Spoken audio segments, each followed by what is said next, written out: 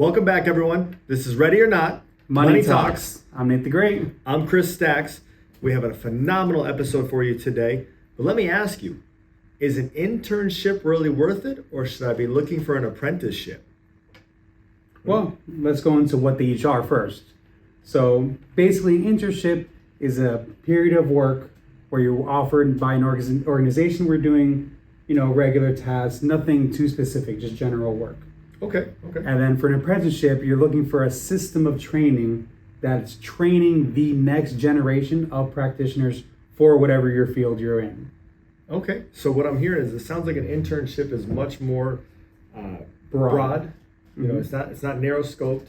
It sounds like I'm going to be doing a lot of the internships I've heard of people doing is more like office assistant work of doing your small things that you don't really want to do, and I'm usually not getting paid for it, right? Depends. I mean, about 40% of internships are unpaid. So okay, so there's a chance I'm going to get paid something. Mm-hmm. But then when you look at it from the other side, with an apprenticeship, the ones that I've heard of, and I always think of apprenticeship from back in the day with like knights and stuff like that, where if I wanted to be a, what's the one with the hammer that makes your... Blacksmith. If I want to be a blacksmith, I'm going to do an apprenticeship with you. Yep. Today, I've got a lot of individuals that I've met that were apprenticeships for electricians, for plumbers, that type of thing. And almost all of them that did the apprenticeship became that job. Oh yeah. But they also got paid during it. Well, yeah. So generally apprenticeships, you'll get paid during the period, which is usually 1 to 3 years. And you have a 93% chance of becoming what you're apprenticing for. Okay. But if I go for an internship, which so far an internship isn't sounding as good to me, but if I'm going for an internship, what's the likelihood that I become employed in that position? So that one's about a 70% chance. And internships, remember, aren't as long as apprenticeships either. Typically 1 to 3 months.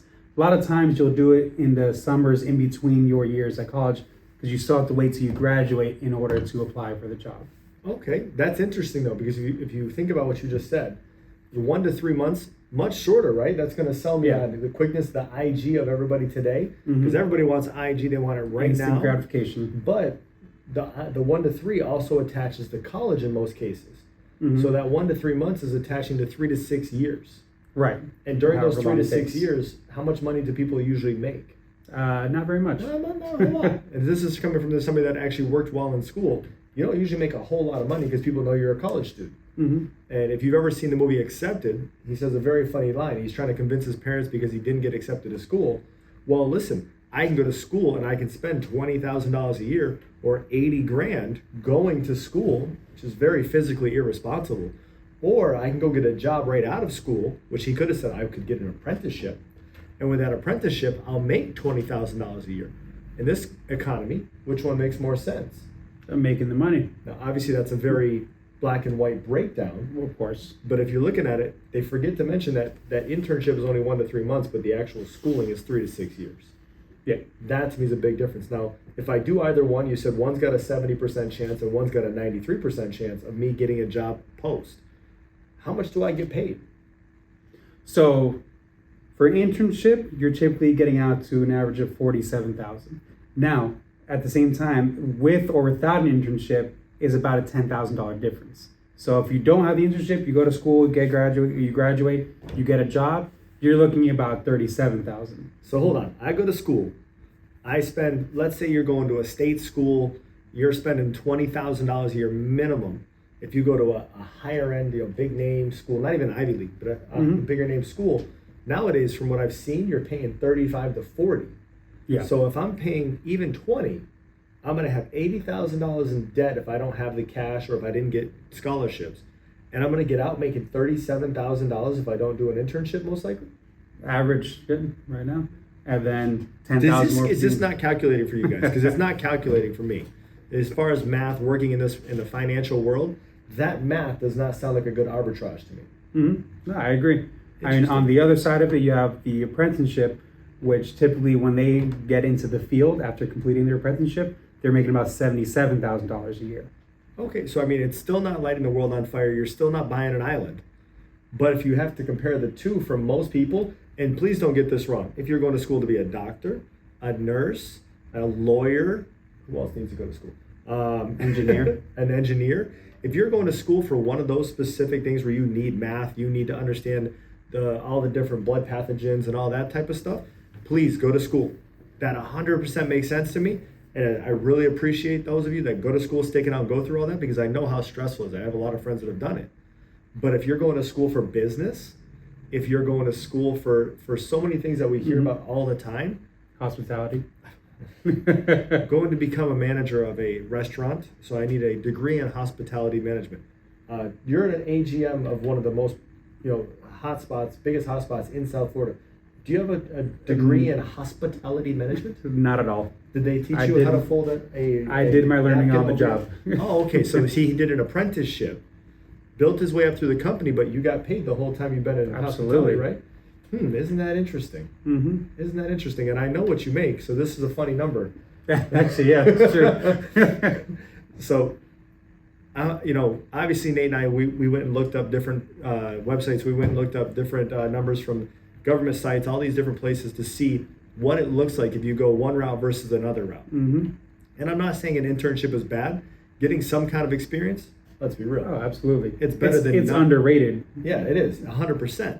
But if you also look at what's going on today, is it, are you looking for a place where you can go, grow, develop, and become the next best version of yourself?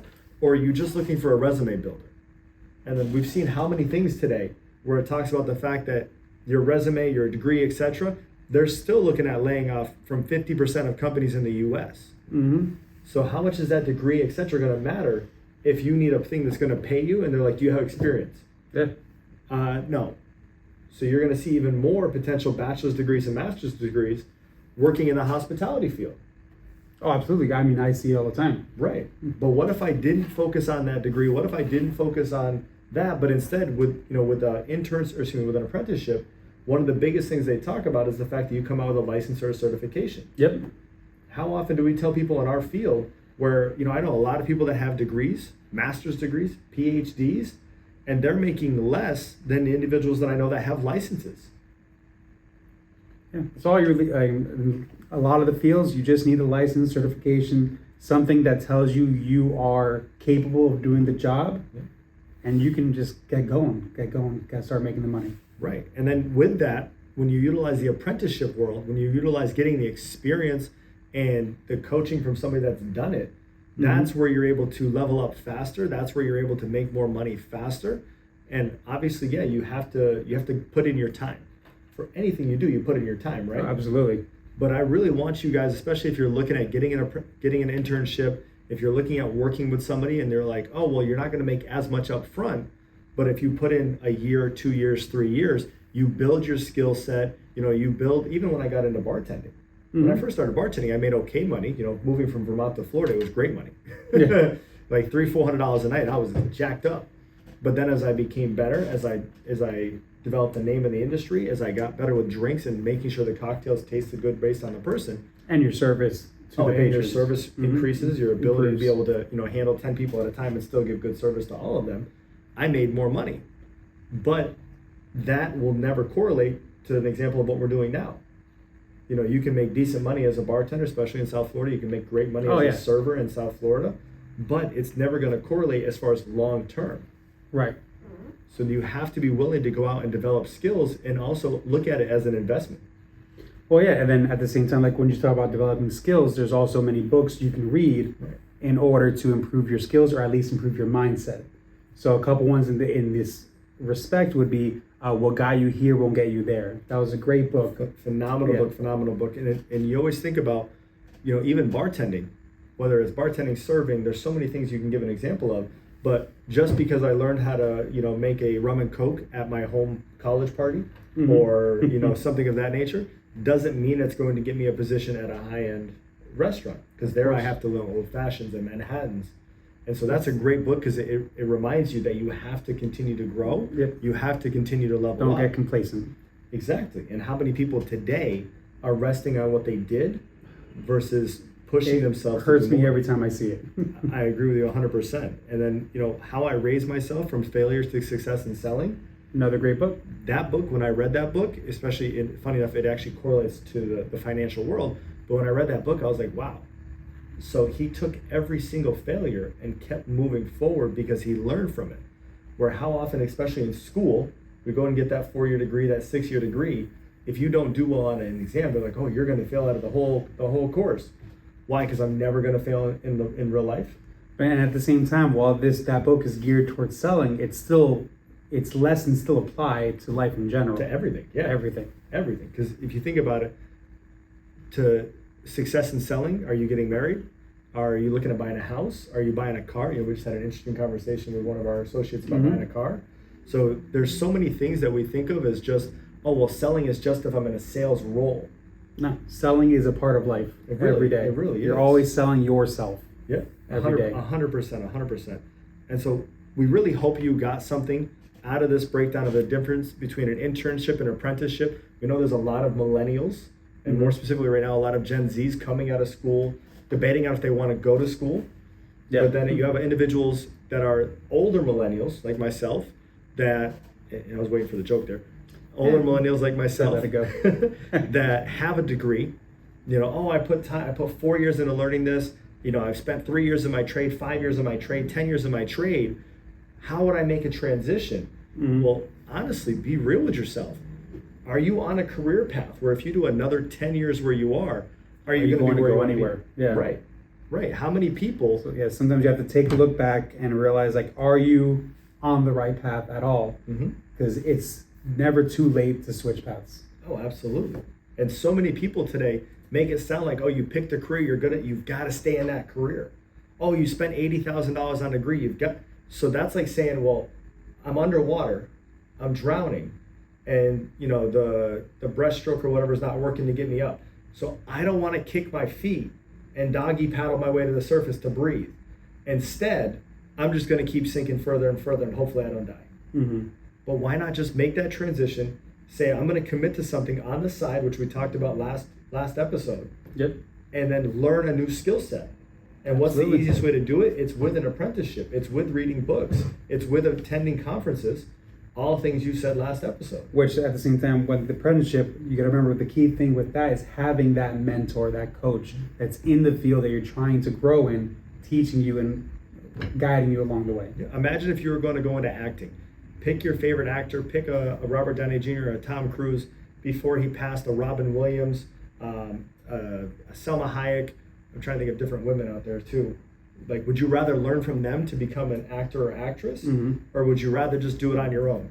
Right. Same basic concept. If you're going to be driving a race car, do you want to learn from Mario Andretti or a Jeff Gordon or a Waltrip family member, or do you want to? Or do you want to do it on your own? Everybody I named are champions in different realms. I figured. So do you want to learn it on your own, or do you want to have somebody there to guide your steps? So the next episode we're going to be doing is on mentors and coaching. So that's exactly why we're leading this up to it. But I want you to look at it from an instance of, is an internship best? Is an apprenticeship best? And we're not saying either one is bad. Yeah, no, not at all. I'll be direct with you, as we want to be as direct as possible, right? So my view is, for a lot of instances, that internship is a good stepping stone to get you in a secretary position. Is that where you want to be, though? Just being honest. If you want to be a secretary, if you're a systems-based person, please do it. I would love a secretary. I'm looking for one. DM me. But if that's not where you want to be, and it wouldn't be through an internship program. It would not be through an internship program. If you're looking for the opportunity or the position to grow, develop, become a better person, or better version of yourself, have a skill or trade that you can carry along, you might want to look into that apprenticeship mode and not follow what government and everybody else are telling you, where you have to have a degree. Because again, look it up. How many people that have licenses and credentials are making more money than those with degrees? Yeah. And on this channel, we're talking about business, we're talking about money, we're talking about finance. So that's why we're talking to you about this. If you're here, you probably want to level up in one of those, if not all. With that said, though, I'm Chris Stacks. I'm Nate the Great. This is Ready or Not, Money Talks. and we'll be back next time.